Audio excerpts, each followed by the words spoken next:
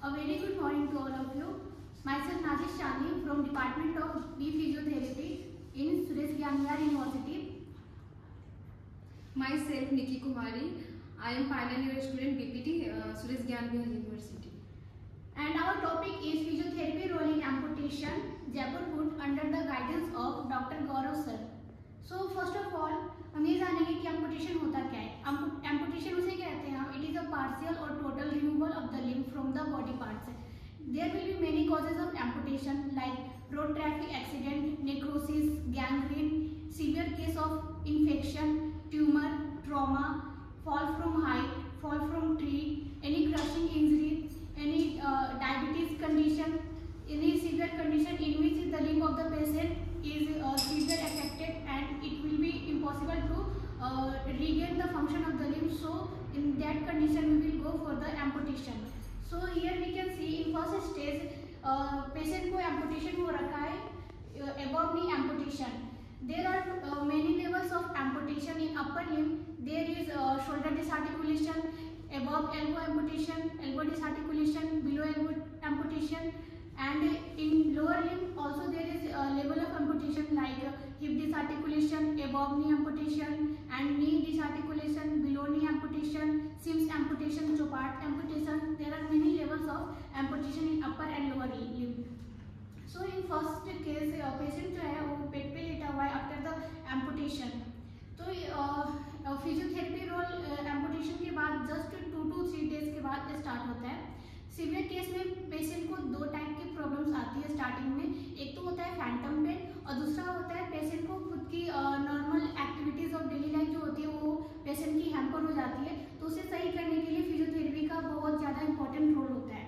Phantom pen में क्या होता है कि पेशेंट को उस एरिया पे पेन होगा जहाँ पे पेशेंट को जो एरिया कट के निकल चुका है उसे लगेगा कि अभी वो एरिया वहाँ पे बचा हुआ है और patient will feel pain at in that area. So in physiotherapy we do mirror therapy for the phantom pain. Patient के सामने हम मिरर को रखते हैं और उसमें दिखाते हैं कि आपका जो लिम्ब है जिसमें आप बता रहे हो कि पेन हो रहा है वो लिम्ब कट के निकल चुका है। तो पेशेंट को उससे क्या होता है कि एक विजुअल बायोफीडबैक जाता है उसके ब्रेन के अंदर और उसे ये रियलाइजेशन होता है कि उसे जो पेन हो रहा है कुछ टाइम के लिए हो रहा है, फिर वो पेन धीरे धीरे करके वो खत्म हो जाएगा।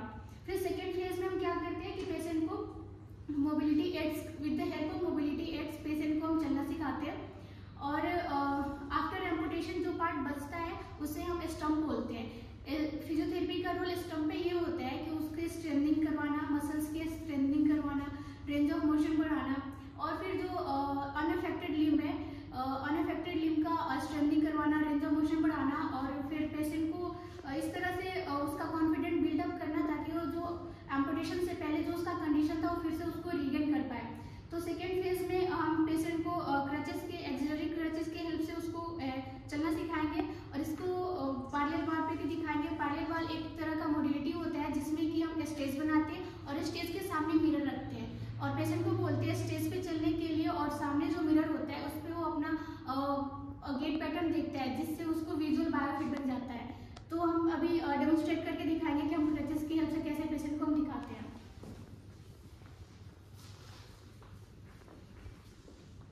तो हमने एक पेशेंट लिया है, इसको क्रचेस पकड़ाएंगे अच्छे से और इसमें ये ध्यान रखना होता है कि जो क्रचेस का हाइट हो पेशेंट के हाइट के अकॉर्डिंग हो। If the height of the crutches will be more then it will cause pressure under the axilla and it will cause nerve compression under the axilla. So we will demonstrate the patient through first patient को बोलेंगे हम creche को आगे लाके रखने के लिए, दोनों क्रच को आगे रखने के लिए, देन एक स्टेप बढ़ाने के लिए। फिर ऐसे सिखाएंगे क्रच को आगे रखें और फिर एक स्टेप बनाएं अगेन। इस तरह से हम पेशेंट को गेट पैटर्न सिखाएंगे और फिर फाइनल स्टेज में हम पेशेंट को पूरी तरह इंडिपेंडेंट बनाने के लिए जयपुर फूड का यूज करते हैं जिसके बारे में मेरी प्रोजेक्ट पार्टनर एक्सप्लेन करेगी। जयपुर फूड एक आर्टिफिशियल फूड होता है जो कि एक रबर बेस्ड प्रोस्थेटिक है। ये पीके सेठी और उनकी टीम ने 1968 में ये डिज़ाइन करा था।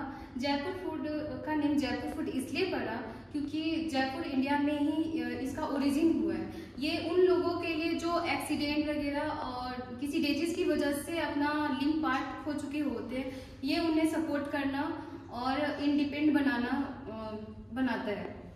और the uniqueness in our 3D model presentation is that prior case में क्या होता था कि जयपुर फूड का जो वेट होता था वो बहुत ज़्यादा हैवी होता था, जिसकी वजह से पेशेंट को बहुत सारी डिफिकल्टी होती थी जयपुर फूड को कैरी करने में।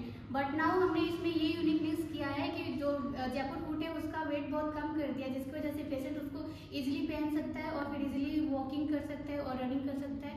That's all, thank you.